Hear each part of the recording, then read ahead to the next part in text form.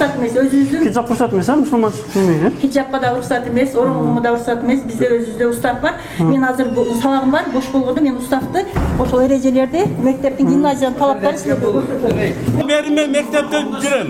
Men bilem. Sen ketsen men balam balasın. Siz bilesiniz. Men bilem. Nizamdı tanıyımım. Siz bilin. Nizamdı sen okusan bunu biletelim de. Kim çeçet? Jolukmen geliş gelbeşin kim çeçet? Minister çeçen. Minister çeçet. Minister çeçen.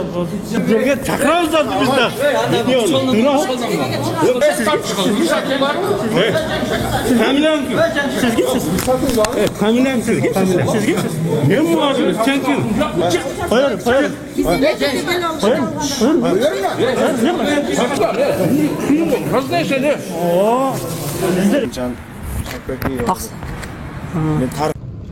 Assalamu alaikum, urmatlı Müslüman bir tuğanlar. Hazır biz Suzak rayonundağı Barpa il hökümetindeki bir mektepke vardık. Yani oşol mektepke barsak joluk maselesi kötörülüp atыр. Jolukçan kızlarını mektepke girgizbeytken. Yani oşol kızların hukukun korgop mektepke barganбыз. Barsak эми укмушту өзүлөрүнүн педагог экенин унутуп коюшту. Биз менен айтышып, урушуп, бизди түртүп чыгып, бул жерге силер уруксаты жок тарта албайсыңар дейт. Ам мыйзамда болсо бардык жерде камера менен жүргөнгө укуктуусун да.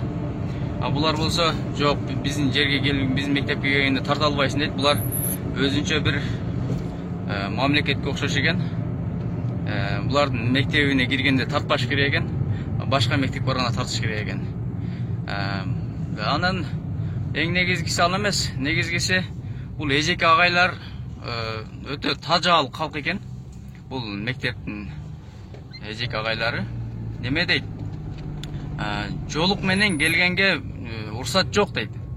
Эч кандай уруксат жок дейт. Билим берүү министрлиги өзү бизге ушинтип буйрук берген дейт.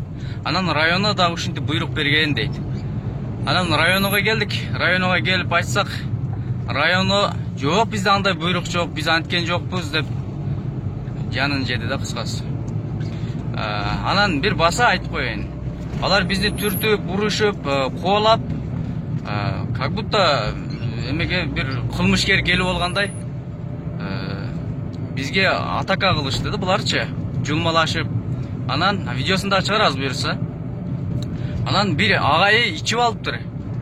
Сабактын учурунда ичип алган ал. Ошону педагог деп айтабы? Ичип алып, мас, кып-кызыл болуп жүрөт. Бизди түртүп ал, бар чык, берден кет деп. Эми эртең видеосу чыкса, бир өзүн токтотуп калар, момоюп калар. Ушундай болот да туугандар. Анан эме эң негизгиси билим берүү министрлиги айтпадыкпы? Эч кандай тыюу жок. Эгерде ушундай боло турган болсо бизге айткыла деп атпайбызбы? Ал бул элдин көзүнчө экен да. Элдин көзүнчө ошентип айтып кое берет экен. Прокуратурага барса, же болбосо юристтерден барса, укук коргоочулардан бара турган болсо, жакшы сүйлөп, бөлөкчө болуп, Кубанычбек Бакиров айтмакчы, бир 5-6 жүздөрүн бирөөсүн иштетет экен да буларга, ар кимге аркылуу кылып. Келген немелерге бөлөкчө сүйлөп, анан районодогуларга секим бурап кое берет экен, ишти кыла бергиле биягын депчи. Ошондой эле жыйынтыкка келдик уже бизчи. Кечээ мисалы эмеден жөнөткөнбүз биз. YouTube'da көрсөңөр болот, мына Илимкенин каналына кирип турупчу. Ошол жерде айтып атпайбызбы биз? Надира Сынташевна өзү айтып атат деп. Надира Сынташевна өзү айтып атат. Эч кандай мектепке жолук менен келгенге кысымдар жок. Кайсы бир агай же директор же району бизге ушинтип кысымдар болуп атат деп кысымдар кыла турган болсо, биздин өзүбүзгө кайрылгыла деп ушинтип өзүнүн WhatsApp номерин дагы берген ал. Бирок абал тескери жагына кетип атат. Буюрса факттарды мындан дагы чыгарып беребиз. Мындан сырткаркы мектептерде дагы, мындан сырткаркы мектептер, Барпыдан сырткаркы мектептер дагы башка бир жерлерде дагы деле кысым болуп атыптыр. Кыскасы бул билим берүү министрлиги иштен кетмейинче бул иш тынчыбайда окшойт деп калдык. Бир имандуураак, Кудайдан корккон бирөө келмейинче бул иш токтобойт экен деген ойго келдик да. Бул Алмазбек Бейшеналиевди иштен алыш керек да, мындайча айтканда былжырбайдычы. Канча маселе болуп атат, факт жок деп коет дагы эркинсе.